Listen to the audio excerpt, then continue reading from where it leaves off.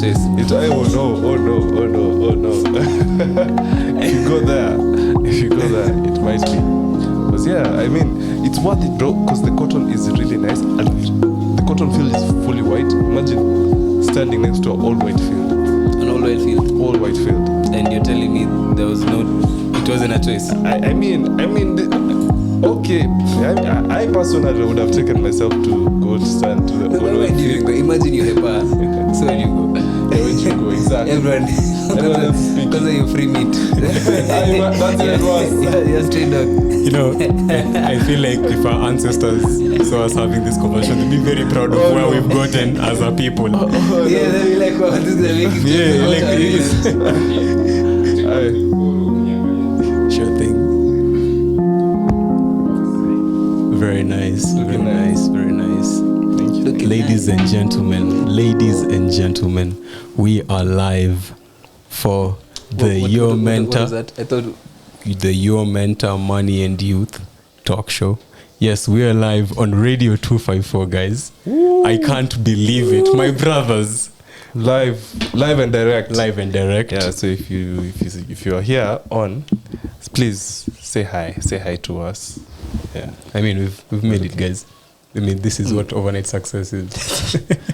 literally overnight success. Literally overnight. I slept, I woke up today. And here we are now. And here I am. So, ladies and gentlemen, this is the Money and Youth talk show, brought to you by Your Mentor. This is a talk show where more or less friends who are also business owners, entrepreneurs get together.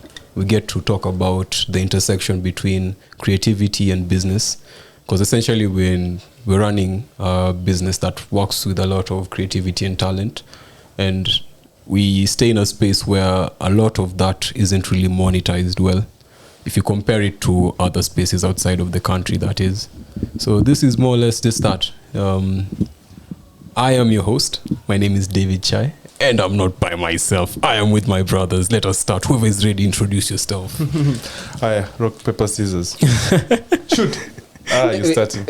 Actually, mine was rock, so you played yourself. Wow, I played myself. Yes. All right. Hi, guys. Thomas Ongaro, also your host for the webinar. And yeah, also a business owner along my friends here who were within the studio. Oh, that's very nice. You have to top that. I have topped that. Yeah. Top it. On that level. My name is Jeff. He's one. He actually topped it. Shout out. So yeah, my name is Collins Rotich, part owner TDC, part co-host, Your Mentor. So this is a big step for us. This is the first show we've done it a bit independently in a different space than what we're usually used to. So this is a very good experience. I'm very looking forward to this. I'm excited. It's been, it's been a journey. It has. Hey, it's been 3-4 years. This is year 4. Yeah. Yeah, we're on the 4th year. Yeah. Wow. Yeah. Episode. I was looking at my dreads. 16, if I'm not wrong. I was looking at one of the videos. We were not the same people. We were not. I was like, first of all, I was forgiven dreads. I was skinny. you grow old, weight just that come. Dad bod pole. That's why you know time. That's why you know time has went by the way. Yeah. 2 years ago, you'll be tukia. Someone's actually a dad. 2 years more, you start getting a belly. 2 more. You're like, what? So I think I'm very excited for this specific episode, and also the journey that we've had, and also what this webinar has now become a podcast, because we've graduated. Actually, you said webinar though. We're not the same. Yesterday's price is not today's price. Podcast. I'm still. This is actually. So we've graduated. We used to be a webinar, now a podcast. Yeah. And now it's now we're doing this a bit more independently. I mean, bro, we're doing it in Radio 254. We're live right now. If you think about it, we're actually broadcasting to people who are listening to us. Hi guys. Yeah, hi guys. It's good to be here. Yeah, so I'm happy. This episode is brought to you by number 1, TDC. As you can see, we are each of us wearing merchandise that was made specifically for this episode. So if you're watching this, we made ourselves very pretty for you. We hope that you appreciate us. Thank you very much.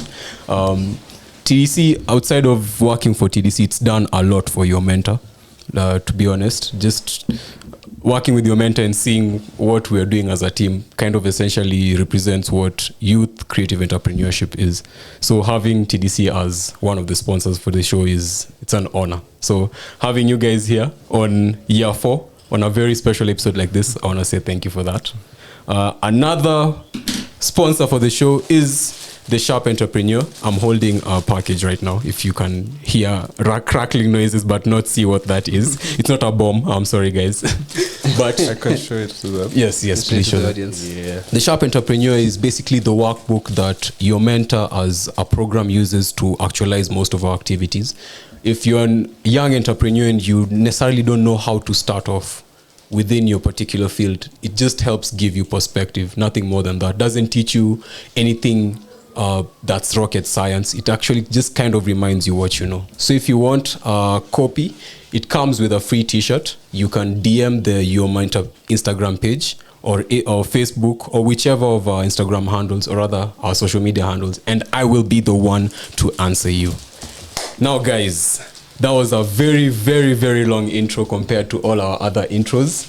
I think we can dive right to it. For anyone who's new to the show, what we usually do is we discuss, we have a main topic for the day, but we have kind of, I'd say, subtopics that we kind of use to bounce around as co-hosts. That way each one of us gets to share their thoughts on a topic. Our topic for the day is a very, very good one. It might sound a bit, I'd say, like theory. You know, when you're doing exams, theory is the one that has a lot of things. You read a lot, you have to write a lot, you have to explain your answer. Yeah. But for me, I feel like it's a very good topic for us, particularly because, and we've been joking about this, we talk a lot about the topic of the day just normally. So to actualize it on the episode will be much easier. What is the topic of the day, you might ask? The topic is making your money work. What are the strategies for business owners? I'm going to repeat it. Making your money work for you. What are strategies for business owners? And to start off, I would like to give you guys a quote. The quote of the episode. And you might know this. You might have heard of it. It's very famous, and it's by a famous, I'd say, investor stroke. Someone in the finance world. He says that if you don't find a way to make money while you sleep, you will work until you die. Let me repeat that. If you don't find a way to make money while you sleep, you will work until you die. That is by my boy, Warren Buffett. Shout out Warren Buffett. Shout out Warren Buffett. We appreciate you. We appreciate you, old man. Exactly. So I feel like this kind of segues into the first subtopic of the day. And this one is for everyone. I think I'll start with Thomas and then we can segue to Kolo, which is more or less defining investing and savings. Imagine someone who, I am financially illiterate, not stupid. I am financially illiterate. I just don't know what this is. How would you define it to me in the way that you have interacted with investing and saving? Well, I'll start off by saying, as a kid, I was introduced to saving at an early age. I guess we were all introduced to saving at an early age. There was this bank account, Jumbo Junior. Jumbo Junior. Yeah. You also a member of Jumbo Junior? Funny enough. Yeah. Funny enough. I wasn't a member, yeah? But you had yeah. the coin box. The coin box. And I always wanted to save like in a bank, having a saving account. And they shout out Coop Bank. They did something. True. That was amazing. Very true. Coop Bank sponsors. Sponsors Coop Bank. I mean, you see you're making moves. So. Coop Bank. Yeah, but that was amazing because I had the thing, and I remember I put we used to put coins and savings, just little coins, you know. If you give them money, you put your money inside there. And I was pretty young. I was very young. I was around 10. I was still going to my early teens. I didn't even know what savings is. I just had an elephant that I used to put a colorful elephant. You know. So yeah, that's for saving, and I think I grew towards it in understanding what saving is, and understanding it's you're putting money aside to allocate it for something that you're planning for ahead. So this is money that you have a certain target probably, and when you reach this target, you know you're going to use this money for this specific thing. Yeah, so that was my first interaction with saving. Also with sweets, you know, we used to save. Like, you can get a bunch of sweets when you have more money. Yeah, but you can't finish all the sweets. So what are you going to do? You're going to save the sweets for later. Yeah, that's a good analogy actually. So you can't eat all of them in one night, you know. Yeah. So yeah, we used to do that also with like my sister and my cousins. We used to have like a, you know, we used to have a chama and we didn't know it was a chama. Saving for sweets, stuff like that. Yeah, that's chama for sweets. For sweets, bro. I'm serious. Teach them while they're young, yeah. Wait, that's actually effective. Wow. It was very effective. And then later on in life, you get to meet people who have, you know, bright ideas like the way we do, the way we met with our friends, and we gathered up the same mentality.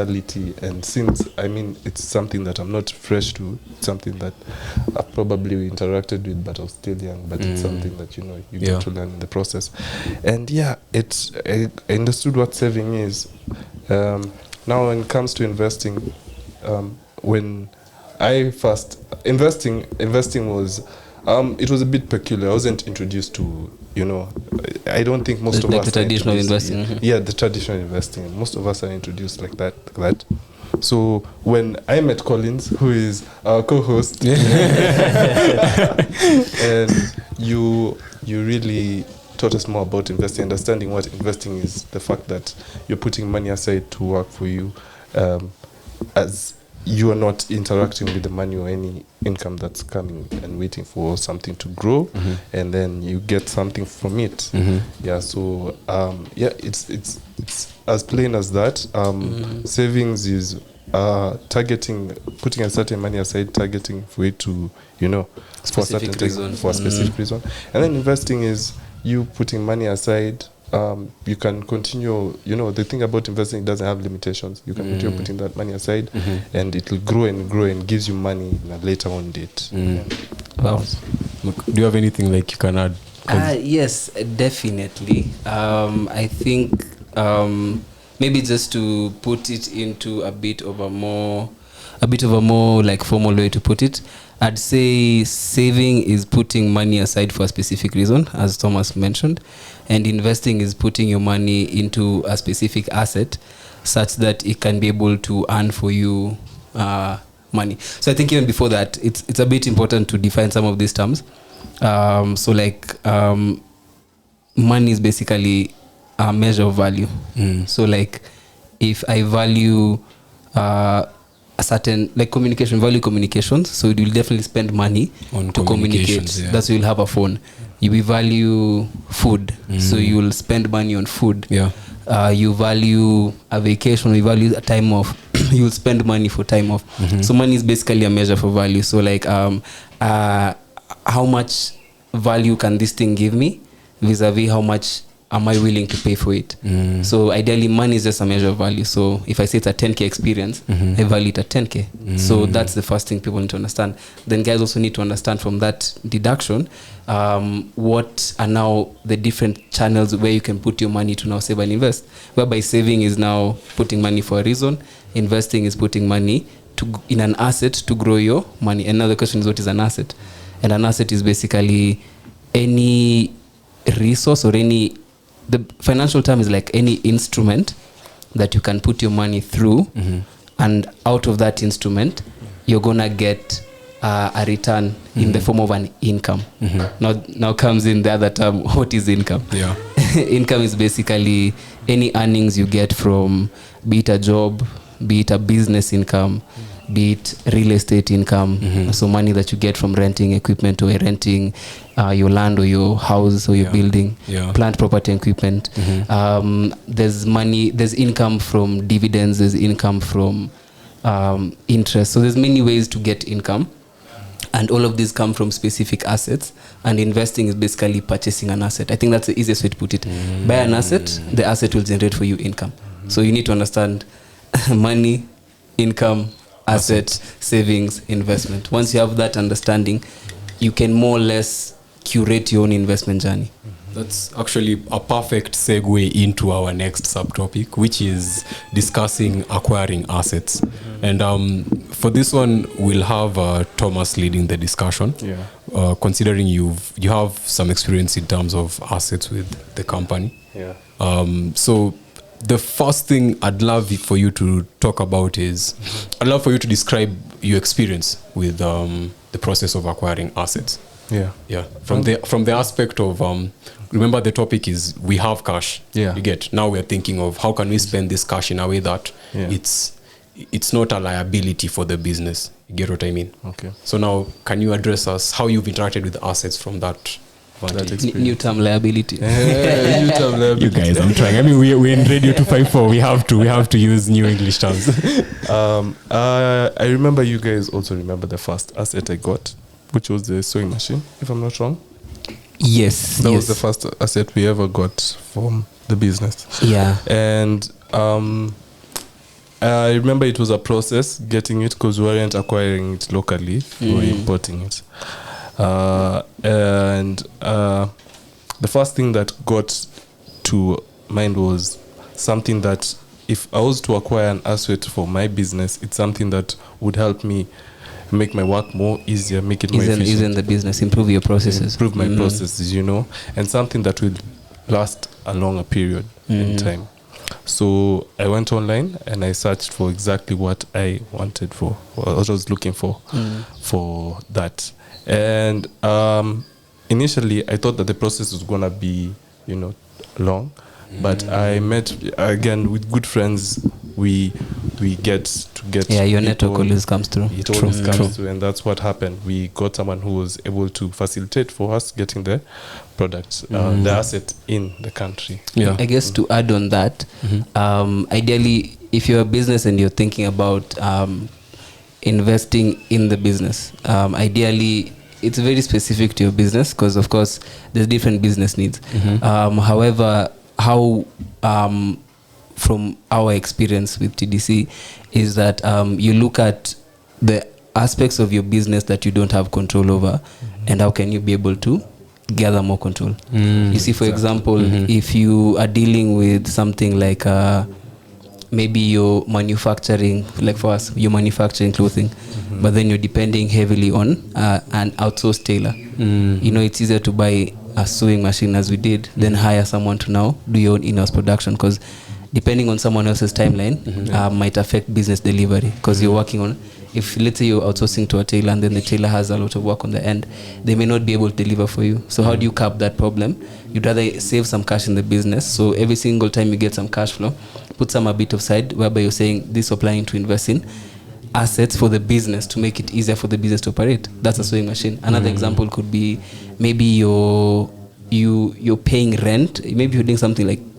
you're doing. Do you mind giving the examples with because this is one of the questions I wanted us to break down, tangible and intangible, the examples between both, because you see, like with the sewing machine, that's a tangible asset.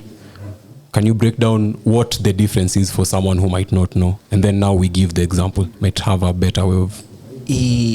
Okay, in that regard, we then have to classify assets, because there's mainly 4 types of assets. There's stocks, bonds. There's equities. Equity is basically a share of a company, which is also known as stock.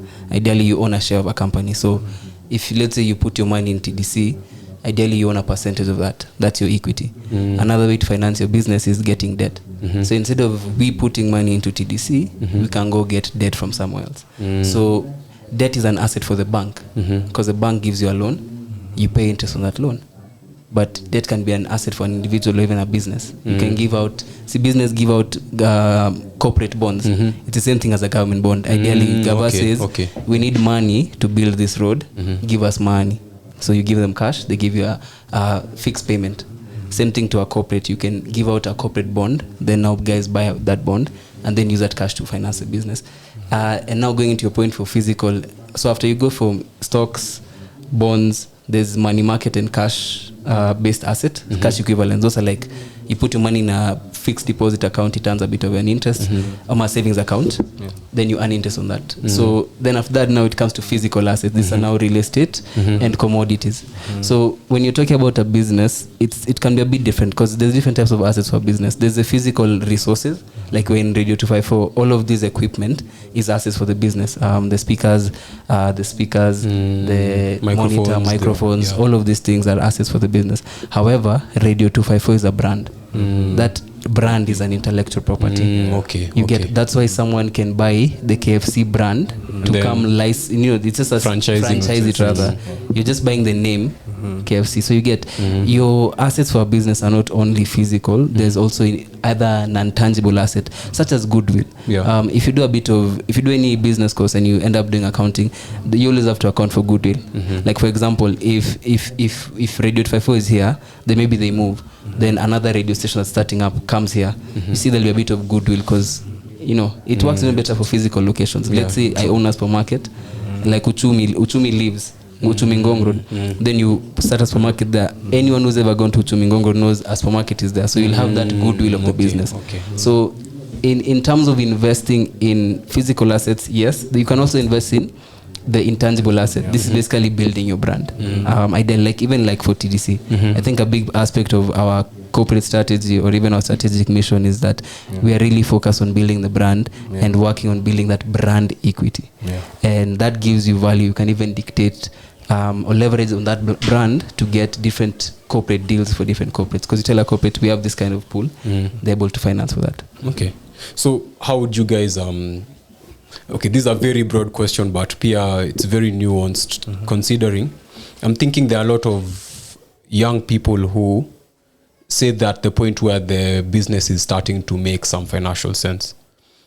What piece of advice would you give them when thinking about acquiring their first asset? And I know this is a very broad question because it can be someone who's dealing with carpentry and they don't know if they should get like a sawmill or something. I'm sorry if there are any guys who do. Actually, our most recent your mentor feature was with a young man by the name of Nzola. He does very, very good wood craftsmanship. So I'm so sorry if you're listening to this Nzola and I've really butchered your profession. It's not what I want, but you get what I'm asking. What is the best approach towards going towards it? Do you think the asset that will bring in the most returns back for my business? Do you think the asset that's costing me the most amount of money to outsource? What would you guys advise? How would you approach it from your own respective artistic backgrounds? Whoever, let me start with Tommy because take it. So I was looking at you as I was saying it. Well, first of all, again, I did a background check exactly how exactly we could improve the processes in our business, and I realized that even initially, as we normally do, most of the time we use is in the workshop and alongside other tailors, but these tailors also have other duties.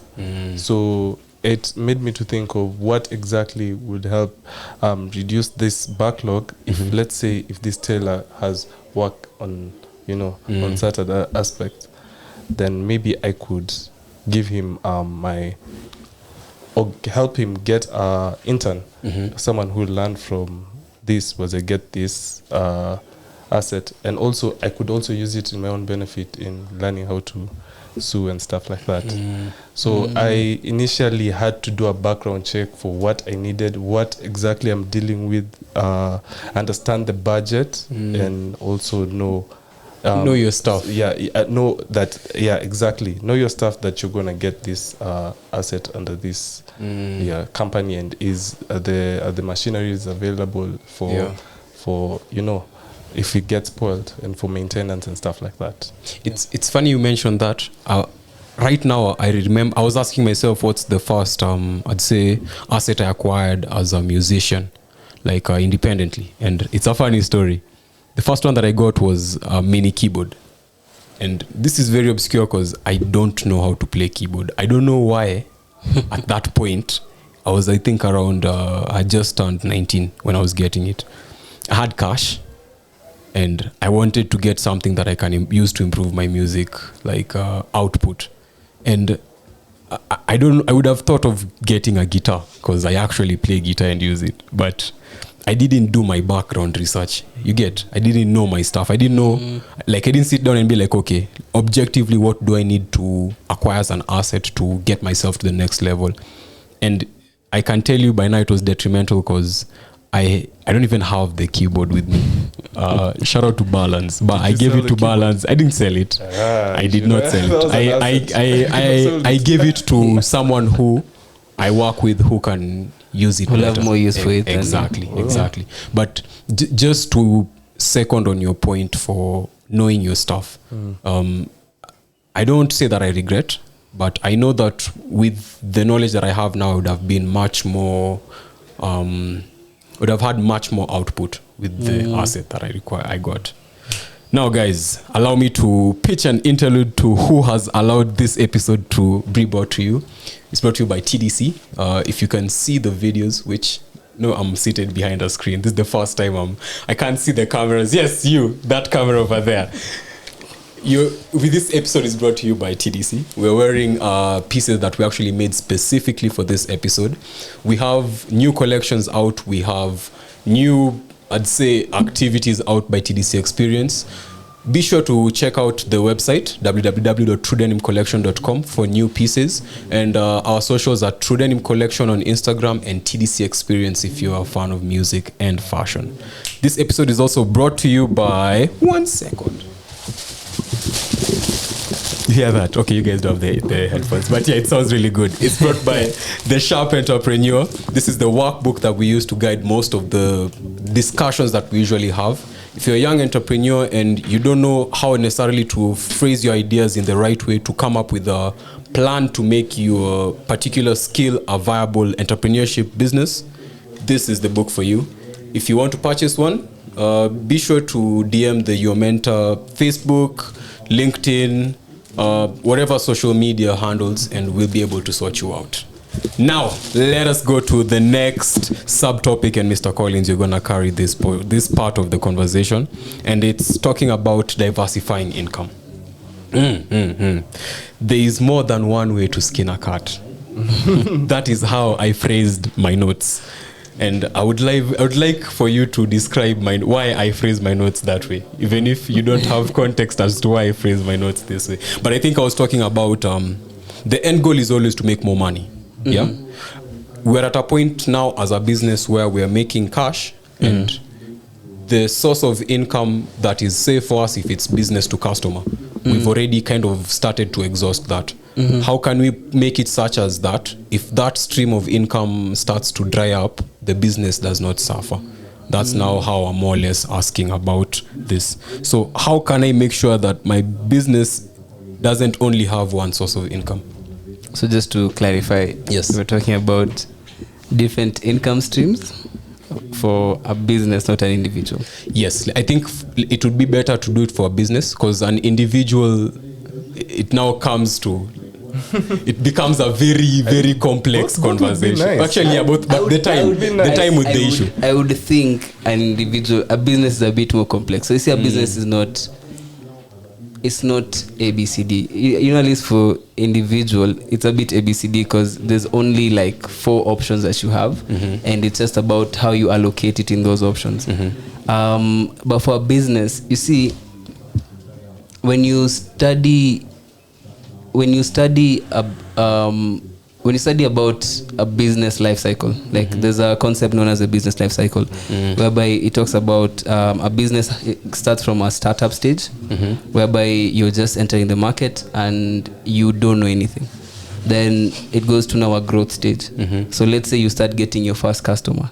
You get eventually it grows exponentially the first period because you're acquiring new customers. So each new customer is like 100% of the previous one. If you get one more, it's like, you know, like the 25% growth that you see. It's not my 3%. Then after growth stage, whereby you're growing really heavy, you reach a point known as maturity.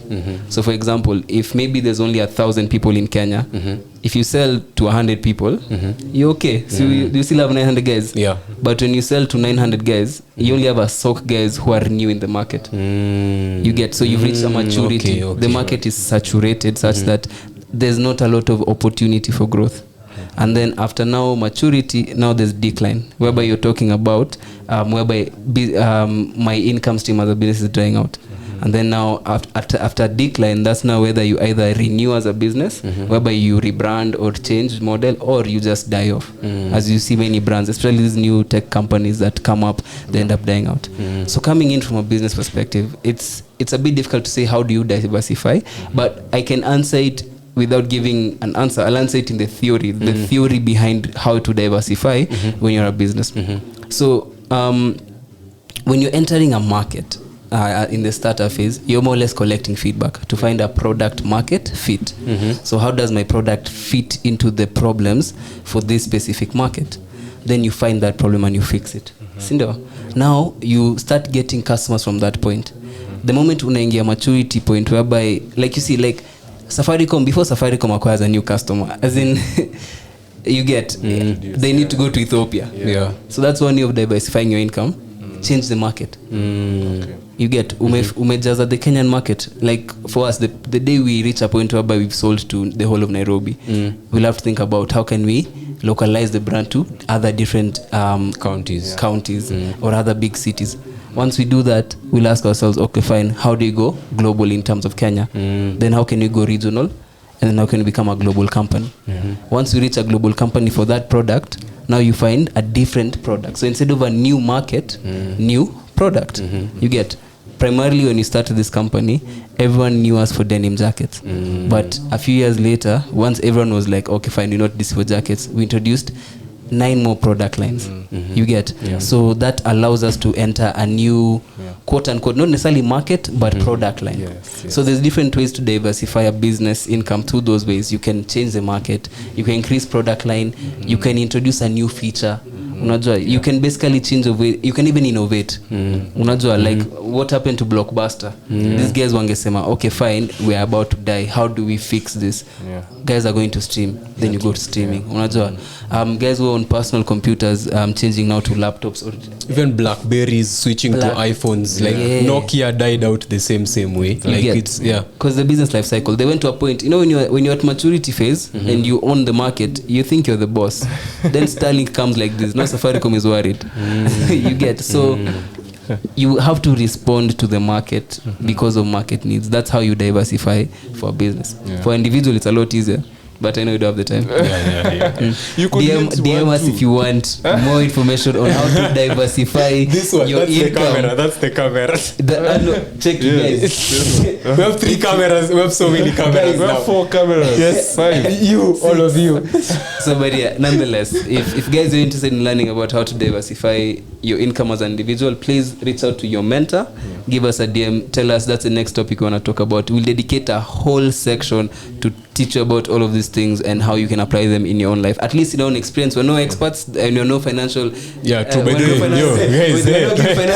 thank you. We're financial experts. We're not financial gurus. Yeah, we're just 3 guys here who are speaking their mind. We're 3 Rastas who are in the business community. Rasta business community. We're Rasta business community members.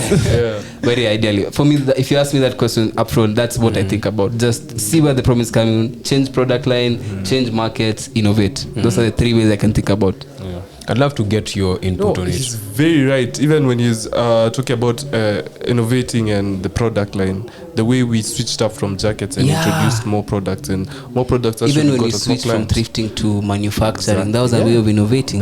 We saw a problem and we fixed it. And also the aspect of introducing a new form or something new besides your business.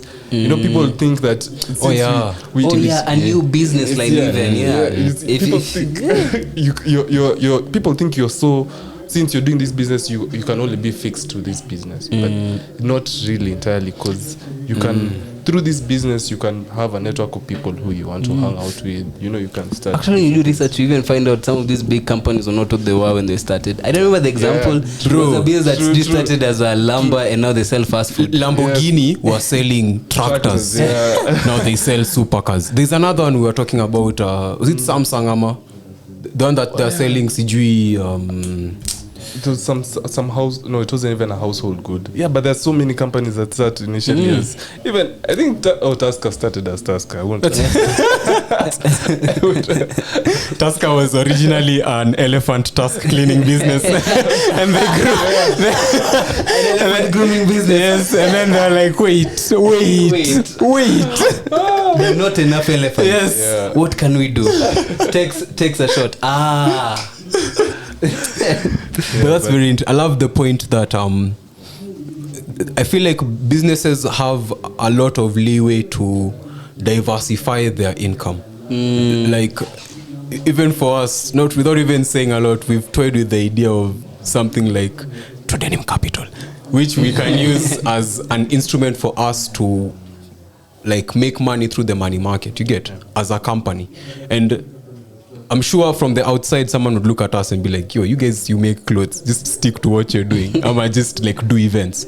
But at the end of the day, that's something if TDC can own 100,000 shares of Safaricom, and then the price of Safaricom jumps to, currently it's I think 14 bob, yeah? Yeah, it's 14, 15. Jumps to like 50 bob. It was that like this year COVID period. As we've talked about the growth cycle of businesses, it seems like Safaricom is experiencing kind of a plateau stage or a decline. There's a reason for it, but we won't get into it. We won't get into it. That's a story for another day. But I feel like it shouldn't be stressed enough. Even young people who are getting into creative businesses, I have so many friends who their focus is maybe just rap. And personally for me, I wouldn't say that's very sustainable, because you can only make so much money from doing rap, especially in an environment like this one. I really respect a lot of the people we meet, and they're making heavy waves in the art form, the creative entrepreneurship thing that they're doing, but they still have other things. I'll give a very simple example. Shout out to Razorman. We did a show yesterday with Razorman, and we had a conversation with him about what he does outside of his music, and I won't like go into the details of it, but it really impressed me because these are skill sets outside of what I knew that you do, which makes you much more valuable, quote unquote, because value is very subjective, than I originally thought. So I guess skills. That's something to think about when diversifying income. We're jumping through these subtopics, guys, because we have time that we're working with. But I think all of these are topics that we'll discuss in the future, so we don't really need to flesh out deep. Semi only surface level. DM us, please. I want at least 5 DMs, guys. Comment, slide through. You're meant at Radio 254 forever. Just say it. Spam their DMs, guys. Spam Radio 254. Say hashtag your mentor for life. Mentor for podcast or every day. Exactly. Now, guys, let's segue to our second last topic of the day, which is setting up an emergency fund. Guys, we have been in this game for a long time, and we understand that life has a way of reminding you that you need to prepare yourself for the tough times. You get? Yeah. I've learned that necessarily you don't know that you're experiencing tough times until you're in them. You get what I mean? Yeah. Most of the times I feel like as humans, we have this habit of necessarily neglecting when things are going right, and only reminiscing when they have started going wrong. And I felt like it's very important for us to discuss this, because considering you are running a business and you're making a really good turnover, and then something happens that cuts your stream. A perfect example is COVID-19.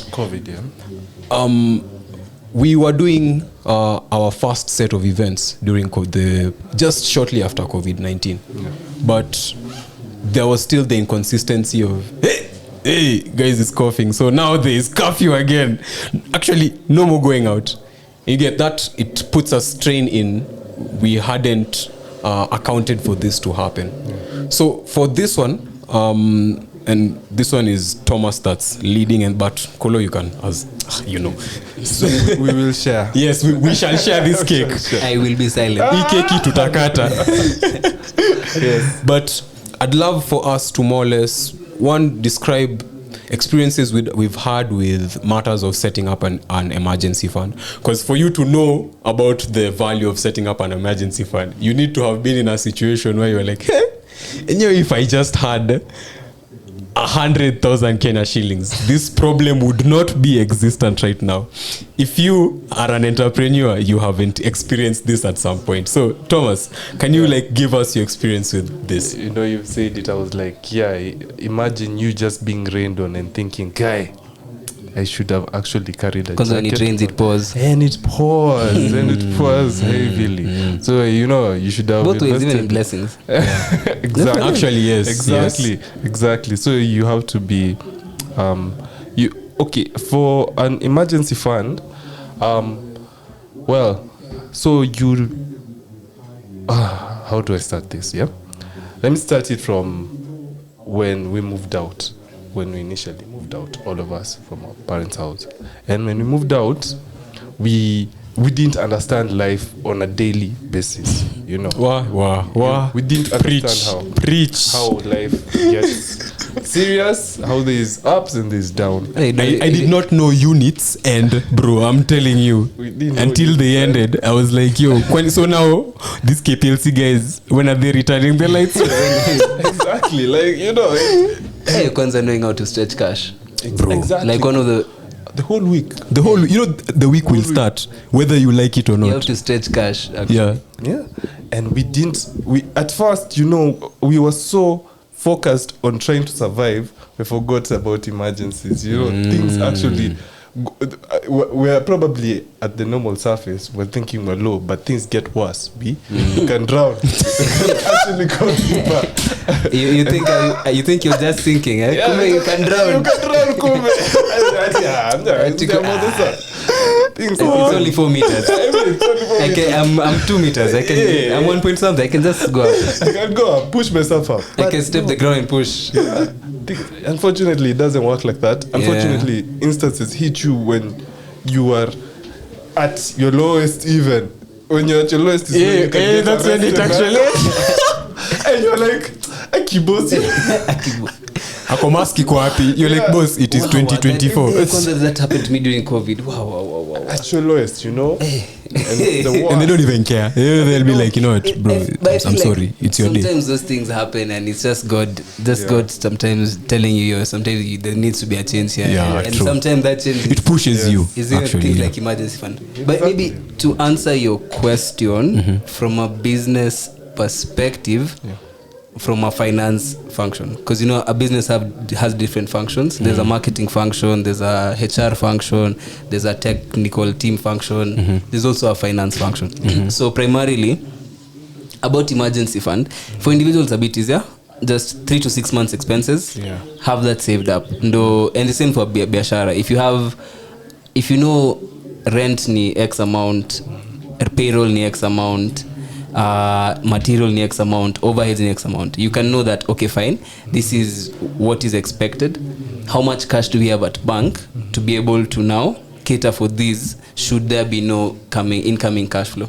Because if your expenses is like 50 to 100 rakh for the business per month, if you have 500 600 rakh, you're in a very good position. You're in a you're breathing. you can chop out operation 6 months and not make cash. Nothing flinches. Beauty. What? But you see, it's hard. I'm not gonna lie to you. So speaking now from a finance perspective, so you know, as finance, one role of finance is budgeting. So okay, in short, finance, the main work is where do we get money and where do we put it? And that's where the emergency fund comes in. Because you see, there's different ways of getting money. Cash flow comes to a business only 3 ways. Either from operational activities, so tumeuza jacket, that's operations. There's investing activities. Tumenunua shares ya Safaricom, tumepewa dividends. Ama tumenunua sewing machine, tumeuza unajua there's ama we've invested in an apartment and then there's rental income coming into the business. See, as a business you can still own assets. Unajua you can even buy land and lease it. So there's cash flow from operations, cash flow from investing, and then cash flow from financing. So financing activities, how will I finance the business? Is it equity whereby the shareholders put money in the business, or is it debt?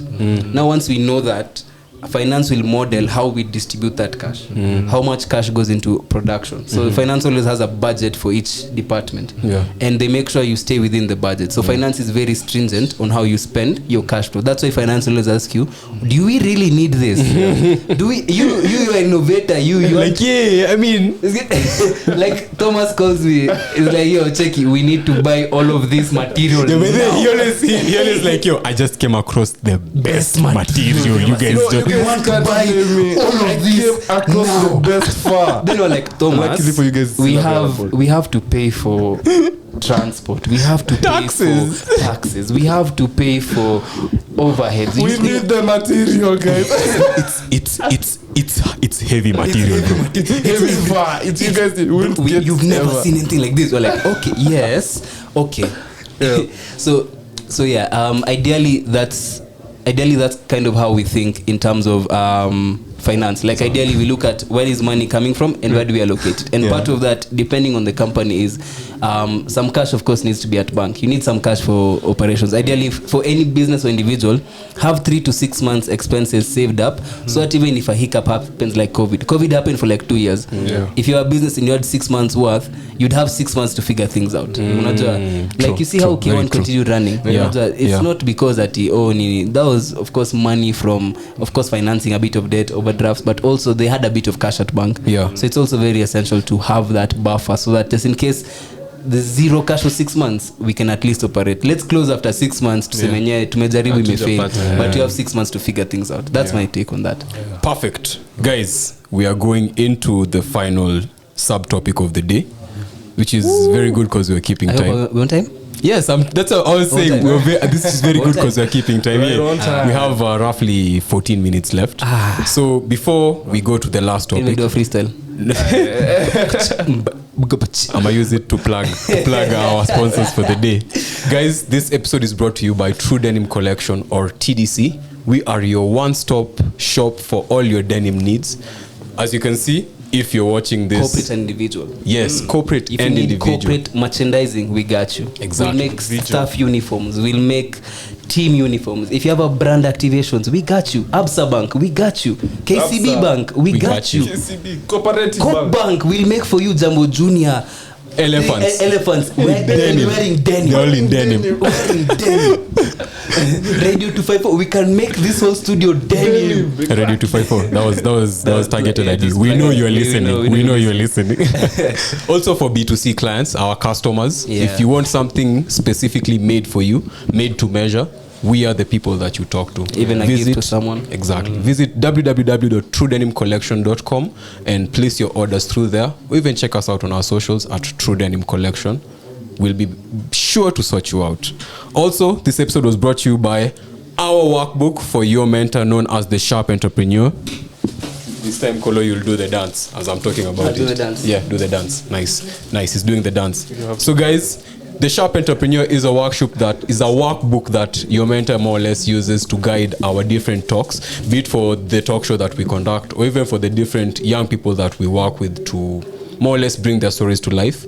If you're a young person and you don't know how to more or less start with actualizing your talent, this is the workbook for you. If you want to get it, be sure to DM or send a direct message to any one of your mentor's communication handles. We'll be sure to have you sorted out. Guys, we have 9 minutes, so we need to finish this last topic and sign out. Okay. We'll be very, very brief with it. Quick, one time. Retirement planning. Damn. Retirement plan. I was baiting you guys because this is a very heavy topic. It is, yeah. I put it last intentionally because, hey, if you're listening to this, there's a huge chance you're a young person, and I don't know whether or not you're involved in creativity, but you are doing something that's making you cash. One day you will not be young anymore. We are all, there's one thing that we can't all beat, it's father time. Or mother time. This is a space that we support all of them, but you can't beat time.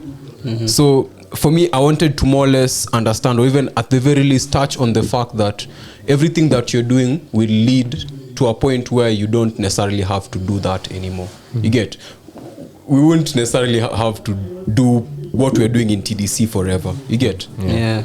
We'll get to a point where we don't have the strength to do it. You see this energy that we usually deal with problems daily. Guys, before we came here, we've dealt with so many problems, but we've done it because we're young. But how do you guys, in very, very few words, how do you guys think, okay, according to my notes, how can young business owners begin preparing for long-term financial security? Collins, we're not retiring just to start. So stop cheating my friend over here about retiring. We're not retiring. But this is for life. This is for life. This is for life. TDC is for life, guys. If you join us as an employee, Do you just remember know. that start we got? No, we're I going to get. thought if we're retiring, we're handing over to the next generation. No. Nah. We're doing it like the government. We're keeping it. Wait. Hey, jokes, guys. I love you. I love the government, guys. You wait. No. So, But yeah, just we're running out of. How can you save for the inevitable end?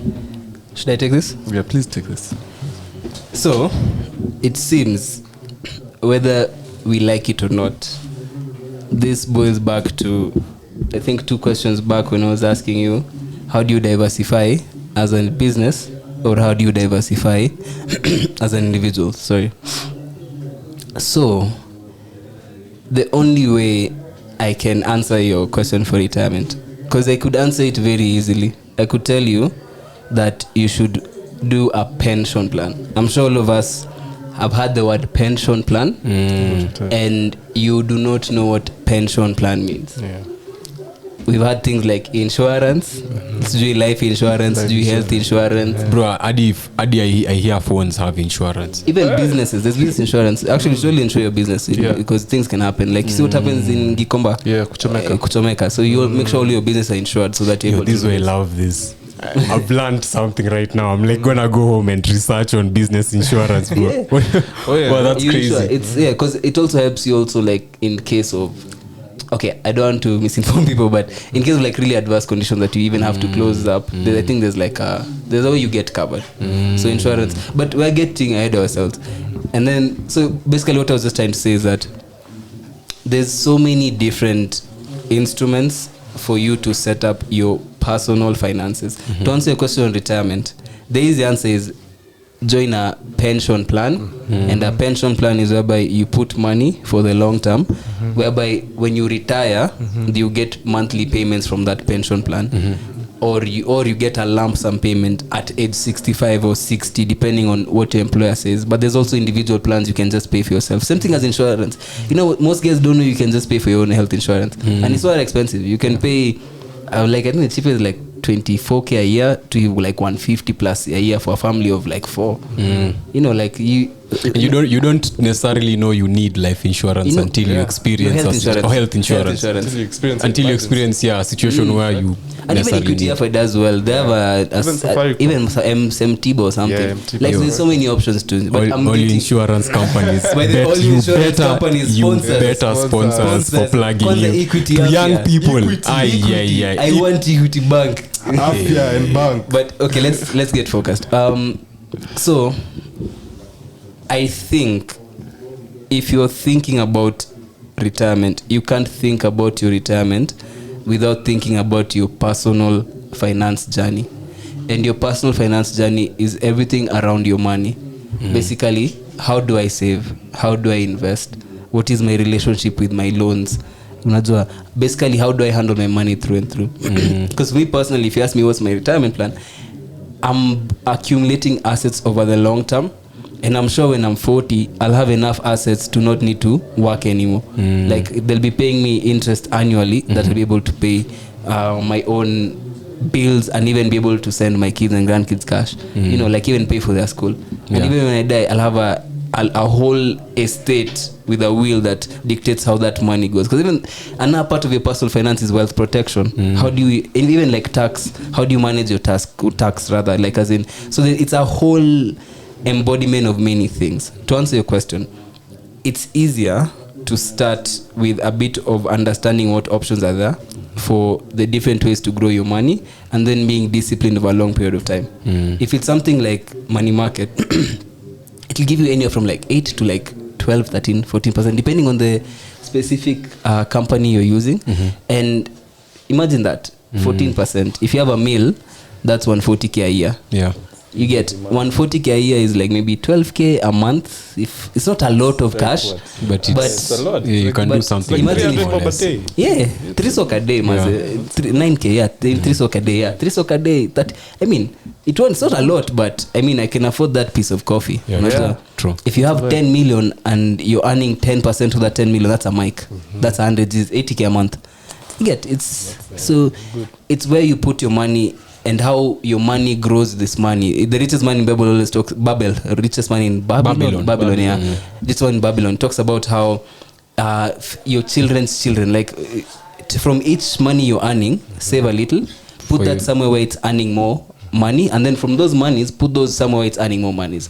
So for me, my retirement plan is not a pension plan. My retirement plan is my whole portfolio. In terms of what physical assets do I have, in terms of the land I'm going to accumulate, what stock portfolio do I have in terms of local stocks, global stocks, and even regional stocks in Africa. You can buy shares from MTN UG, even Umeme is a Uganda KPLC, and they're in our stock market. So it's my real estate, it's my money markets, it's my SACCOs, it's my all of these things that I put in order to now fill up my whole portfolio. Even crypto, like, as in, to be honest, if you bought crypto when I was 16, right now, to be honest, me stadanganya say kwa fat this score baggers me if I had